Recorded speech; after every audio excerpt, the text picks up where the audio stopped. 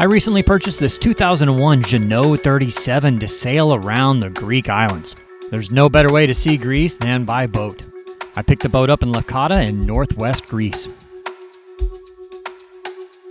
Back on the boat, getting it ready to move. Got a lot of stuff to do, actually. I've been already working on it and filmed some of it, like doing things like find a vacuum cleaner. And I actually had, while I was gone, I had a new mattress made for both the forward and the aft cabin because they were pretty ratty. And I'm having new cockpit cushions made. They should be here hopefully today or tomorrow because I'm planning to leave the day after that. But two things I have here is my new spinnaker from Precision Sails. I'm not going to mess with it right now just because it's the afternoon and it's generally a little windier in the afternoons. So tomorrow morning I'll get up and start rigging the spinnaker because it shouldn't be too much wind. And then we also have my Starlink system here. So the day we've all dreaded for a long time has finally come with Starlink, is they're not allowing boaters to use it anymore. A lot of people have gotten emails saying that, you know, we've noticed you're on the water, so you need to add a marine selection to your plan.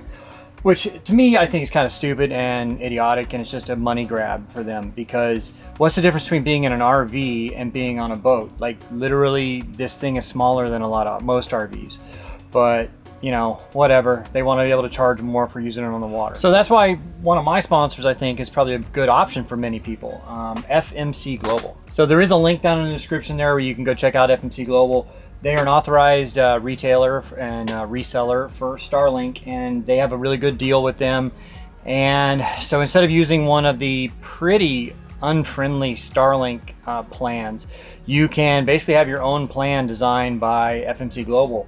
Where you can use it in motion and all that. And it's also kind of a benefit is that it will alternate either between Starlink and cellular data, so it's a lot cheaper for you. And they will tailor the plan to what you want. Like, you know, the minimum plan, I believe, for Starlink is $250, but that's only 50 gigs. With FMC, you can tailor it however you want. You can do it by the gig, or you can do a flat rate, or whatever you want. They have several different plans to choose from, so check them out, FMC Global. There is a link down in the description to do that. So if you are going to do the marine version, they're requiring you get the high gain antenna, so that's another expense that Starlink is doing. So it is what it is, but they kind of got you by the short hairs. You don't have much of an option. So this is the mounting bracket that comes with it. What I did for being able to make it portable is I bought these ram mounts that I just, you know, drilled into place around there. And so on a flat surface, you can just engage the suction cups and it'll stay. It stays really well. I haven't had any problems with it and I felt totally safe with it. But the only problem is my boat doesn't have a flat surface that I can mount it because it's got the anti-skid stuff everywhere. So what I'm going to do is I am going to just kind of add it on to the solar arch back there, and I've got some stainless steel fittings and I'm going to try to make it work. So luckily there are a few marine stores here, although somewhat limited on what we can get, especially on short notice, right? So my solar arch here in Davits is 40 millimeter stainless steel tubing, and the most they had was 30. This is actually 25, but since they didn't have 40, they didn't have the proper clamps to hook onto 40 either. So I got these U-bolts, they're stainless steel, and these 25 millimeter 1 meter poles. And unfortunately, because I had to angle them. I know it doesn't look great, but it holds pretty solid. I think it'll be just fine. Ideally, yeah, I would have welded a new support on there, but I mean, this thing's not going anywhere. That Starlink doesn't weigh that much. And the Starlink is not going with the boat when I sell it later this summer. So we'll be disconnecting all this anyway. So it doesn't look the greatest, but whatever, it'll serve its purpose. So now I got to get the Starlink up there and then wire it in. We'll be good to go.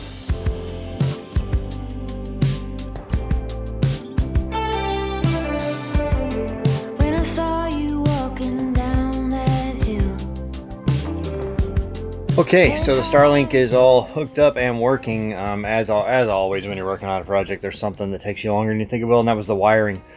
Number one, I had to get it inside this solar tower here, inside the stainless steel. I had to cut a pretty big hole in, not the structural part of it, but like the part that holds up that little antenna, just to get it in, because the cable is square at the tip anyway, and so it's really, you have to cut the cable to get it to go smooth, and I don't want to do that because, you know, it's got about 9 or 10, 12 different wires in there probably. I think it's maybe 12, and so yeah, I don't want to mess with that. But anyway, finally fished it through all the way down, and then down underneath. That was a pain. It got stuck for a while. Anyway, got it all wired in. It works. great. Where it's positioned now, I'm getting more than 200 megabits a second download and more than 20 up, so that's pretty good. So if you're interested in this system, FMC Global, there's a link down below. Now I am going to start working on the spinnaker because it's nice and calm out here, no wind. So the guys at Precision sent me a couple different things here. You have the spinnaker itself. It's an asymmetric, and there's several ways you can do an asymmetric. You can either do like a rolling system where it'll roll up inside kind of like a head sail or a jib wheel, or more commonly, well, I guess you're seeing that pretty common these days, but another way you do it is with this thing here, which is called a sock. And it's just a giant sock, right, that the spinnaker goes inside of.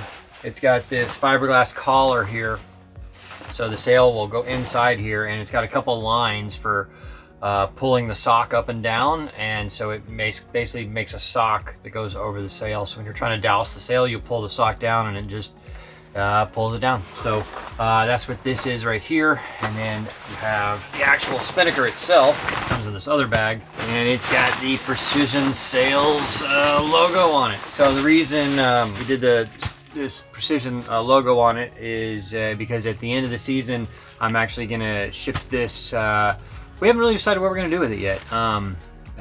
Maybe we'll run a competition or something, or a giveaway, or I don't know, I maybe send it to another YouTuber that needs it for their size boat. But so here is the spinnaker itself. Now I've got to get all the lines sorted for it while it's still calm. So now I've got it up here on the bow. I'm gonna go ahead and hook it up to the spinnaker halyard and start raising it and putting it in the sock as we go up, and try socking it and letting it out a couple times, make sure it goes smooth.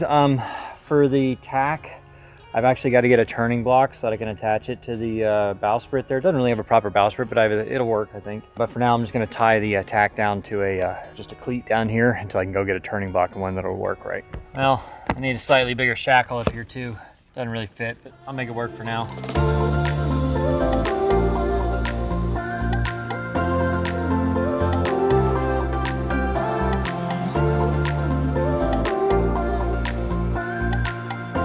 All right, so now I'm just gonna temporarily tie a sheet off here to the clew. This is not the sheet I'm gonna use. I'm just gonna tie it to the back just to keep the sail under control should I need it. All right, so now, and for the sail to come up, I just pull on this line. It raises the sock. So normally the wind would fill it up and we'd be sailing about now. There we go, you can kind of see a little breeze came in and took it. It looks pretty, nice. Now then, to pull it back down, you just pull on the other side of the sock line, which would be this guy, and you pull it right down.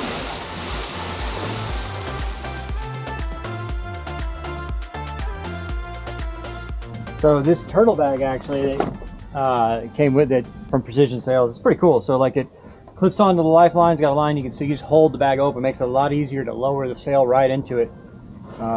So that's what I'm going to do. Especially, being single-handed.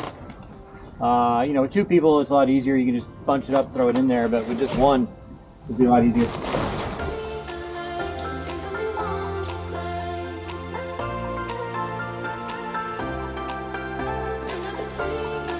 There you go. Got the sail all bunched up.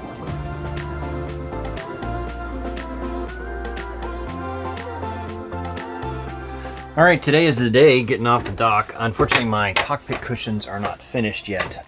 So I'm gonna sail out for a couple days, go to this little town called, I think, Vithi or Bathi. Hang out there for a couple days and then come back here and on Tuesday, which is like 4 days from now, and my cockpit cushions should be done, and then be here for a night or two. I'll treat this as a shakedown sail because Lakata is kind of a nice place, big marina and lots of shopping, and they have several different chandleries around here. And so it's a good place to get stuff you need. So when I come back after this little shakedown tour, I'll know exactly what I need for the boat. So anyway, I've got to go get like fuel for the dinghy and some last minute stuff. Like I like having a printer for the boat, just so I can print documents for stuff and whatever you need, and a few other odds and ends, and then we'll get ready to get off the dock. Okay, all set to go here. I got all my provisions done. There's a little grocery store right here, but I went to the farmer's market and got a bunch of potatoes and onions and all that for, well, there goes a potato. But for $1.50, I think that's a pretty good deal. you know, as Americans, we just assume Europe's pretty expensive, but Greece is not. I mean, certain parts of Europe are, and maybe certain parts of Greece are, like Athens is a little pricey, Mykonos, places like that. But the more off the beaten path places are pretty cheap, except for gas. I just got a gallon of gas for the dinghy. That was $10. But everything else is pretty cheap here. Anyway, about set to go. I'm gonna fire up the engine and get her going. All right, she fired right up and water's coming out the exhaust. That's good. When I started her out of the shipyard, it took a while for her to start. So this time she started, like, hit the button for 3 seconds and it started. All right, what I'm gonna do now is put it in gear to hold me off the dock, although the wind is pushing me off. I'll be all right. On the bow, I disconnected the sand line and then ran back to the cockpit. Then I have to release the 2 mooring lines and we're free.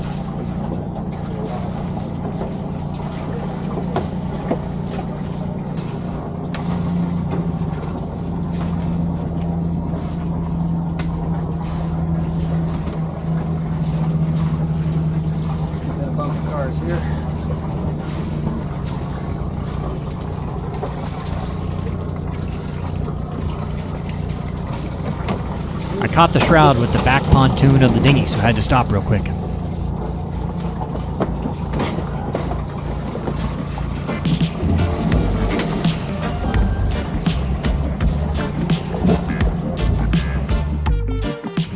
All right, maybe about too much of a problem there.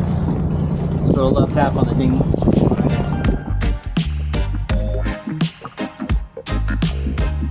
The plan was to head about 7 miles south down to Meganisi. All right, my wind meter has stopped working for some reason. I guess the wind is around 10 knots, maybe a little bit more, but not too bad. But it's a good angle for putting out the spinnaker, so I'm going to do that. Sorry, there's a boat coming to make sure I don't hit him, and then I'm going to set the spinnaker out. I'll show you how I'm going to set that up. All right, so I got a shackle and a turning, or just a block to run around this aft cleat, so I can come from the outside into this winch here for the sheet.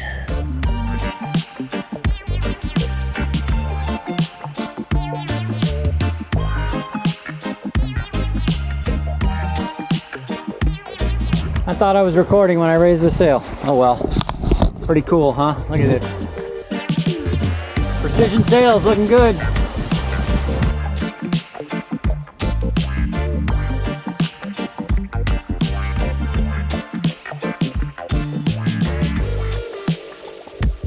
Man, this is pretty nice. We're doing 5 knots just on the spinnaker, and it's flat, calm, and so nice out here. I mean, doesn't get much better.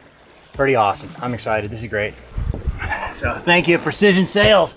You know, a good downwind sail, asymmetric, you know, pretty easy to hook up, and they're really not that expensive compared to other sails. I guess it's just the material and all that. But I mean, so if you're gonna go sailing, a good downwind sail is pretty much necessary in my opinion.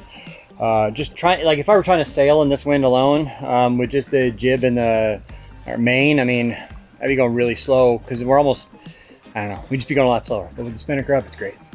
So check out Precision Sails. Tell them Sail and Doodles sent you. Well, cheers, guys.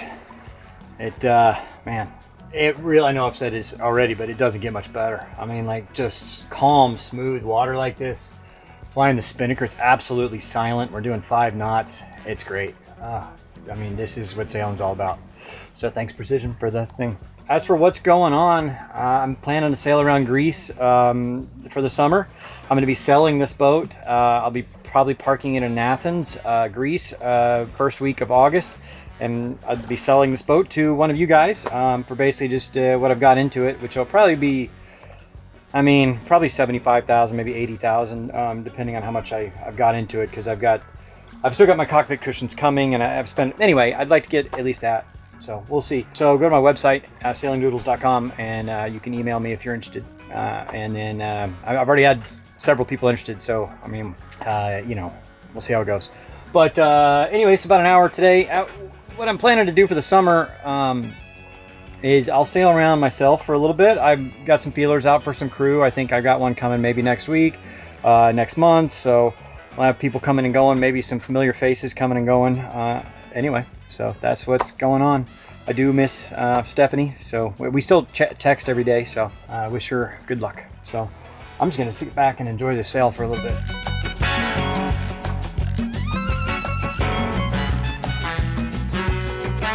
When the wind died, it was pretty easy to pull the sail down.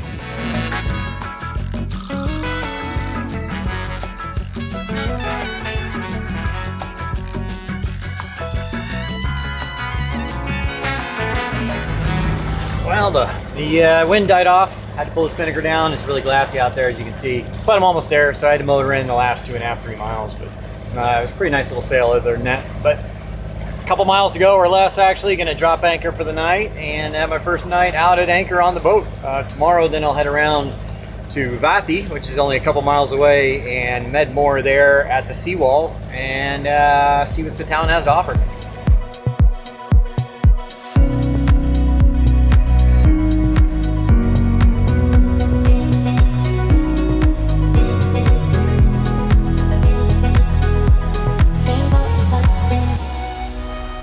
Well, made it to an anchorage here. First couple of places I had picked out were just so busy. There's so many boats you could hardly fit in there. You know, the prevailing wind is kind of out of the northwest this time of year, but tonight and tomorrow the winds are actually out of the southwest. So this anchorage probably normally isn't used very often. In these conditions, it's going to be great. So there's nobody else here right now. Honestly, there was room. What a lot of people do here is they drop anchor and then back up to shore and tie a line onto shore, but you know, we're just single-handing. I mean, I can't do that. So yeah, I'm just anchored right here and it's a nice and pretty spot. Just gonna chill out on the boat today. Well, the wind's picked up a little bit from, well, it's not supposed to be out of the northwest, it's supposed to be out of the west, but it's only gonna be for a little bit. It's gonna drop off below 5 knots here in a few hours. So I'll just ride it out here, see what happens. You know, it's still 3 hours until dark. So if it gets that bad, I can move, but I mean, right now it's fine, totally fine. If it doesn't get any worse than this, then we're totally good. But we'll see. And I can already hear it in the drone footage. You saw the for sale sign still on the bow. I need to take it off. I'll cut it off right now. All right, well, I'm seeing some white caps out there and it's kind of building. So started the engine and move around the other side. Hopefully I find a spot. I found an even more beautiful spot.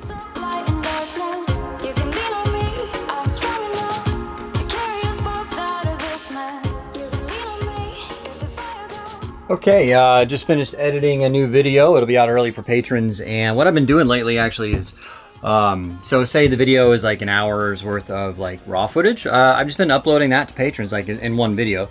So if you're interested in seeing like kind of more of the behind the scenes, like, you know, how we film everything. So like everything in that video is everything we filmed. We didn't cut anything out. You can see that we don't like script anything. It's kind of cool. I don't know if you'd like to check it out. They're generally 45 minutes to an hour long, and it's the whole video. Before that, you can get it on patreon.com/sailingdoodles. Just a couple bucks a month. Appreciate it. So came around here, a much more calm anchorage. My problem was I was having a hard time finding a place to anchor because I'm amazed by how just busy Greece is. There's so many boats out here, just so many. And so the anchorage I was at, very deep water around here. So you have to anchor pretty close to the shore. So what people do to save space and have more people that can anchor there is they drop their anchor and back up to shore and tie a line onto the shore. So they got to send somebody out either swimming or in the dinghy to do that. Well, being single-handed, like I can't do that. So I had to find a place where I can anchor, and this was the place. And now I'm gonna pack up here in a few minutes and get head over to this marina in this little town called Vathi, because I'm trying to start my generator and it's got, I think it's just the raw water. I honestly, I gotta find where the seacock is for it. I think it's behind it, but it's kind of a hard pain to get to. So I gotta do that or check the impeller or something. So I don't know, we'll figure it out. But all right, time to get going. Okay, so this boat, I do have a remote control here for my windlass, so I can control it from back here. The only problem is that the chain will castle when I'm bringing it up. So when I'm bringing the chain up, I go up there and use the remote up there to pull up the chain. Now then, when I'm letting the chain out, like if I'm anchoring somewhere, I can just set it right here and I can drop it down from right here, which is kind of nice.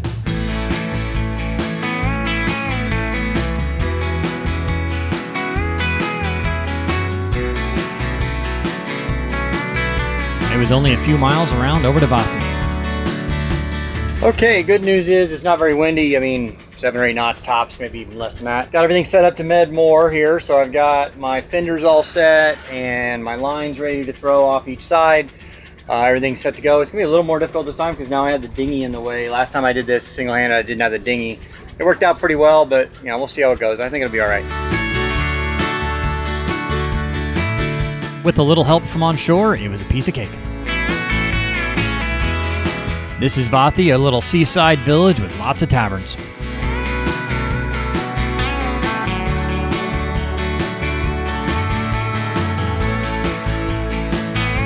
Well, this is my kind of place. This is kind of the place I really enjoy cruising the most. I mean, beaches are great and it's beautiful and all that, but I love coming to a little place like Greece here.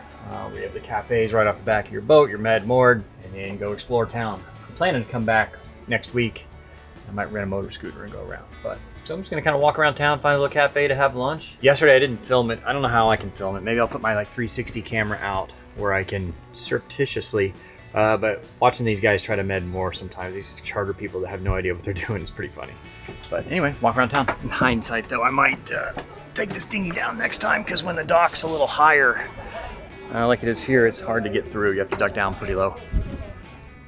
So a lot of these little island villages have like town docks where you can pull up. It's really cheap. It's like 13 euros a night. I'm at an actual marina. It's 50 euros a night, but I have power and water. Even though a lot of the town docks do have power and water hookups, sometimes they don't work, and then they charge extra for them. There's an app I use mostly in like the Caribbean and places called Active Captain. It integrates with Navionics, the charts, you know, it gives you reviews on anchorages, and you can leave like user comments and stuff like that. Unfortunately, there's not a whole lot of that here.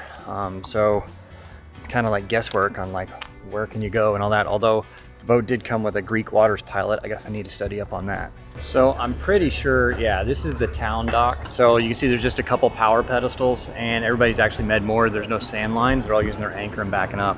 So generally with the town docks, it's first come, first serve. There's no real services. So you kind of do it yourself.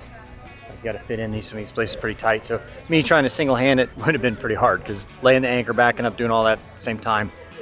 I'd rather just do the sand lines, easier for single-handing. And that's another thing, is that, you know, the marine over there was able to make a reservation. Here it's first come, first serve, and it's only 12:30, and pretty much all the spots are gone. You have to get there pretty early to be able to get one.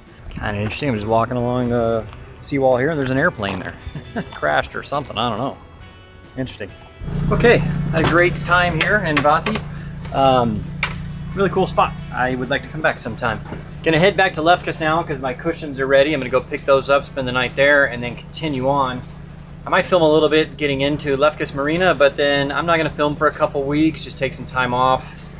And then I've got a crew member coming for a month or so at the end of 2 weeks, so I'll start filming then, because I don't know, you guys don't want to just watch my ugly mug all the time. You want to have somebody else in there. So anyway, thank you guys, and thanks for supporting me. Appreciate you. Couldn't do it without you guys watching, and our patrons and channel members. Thank you so much.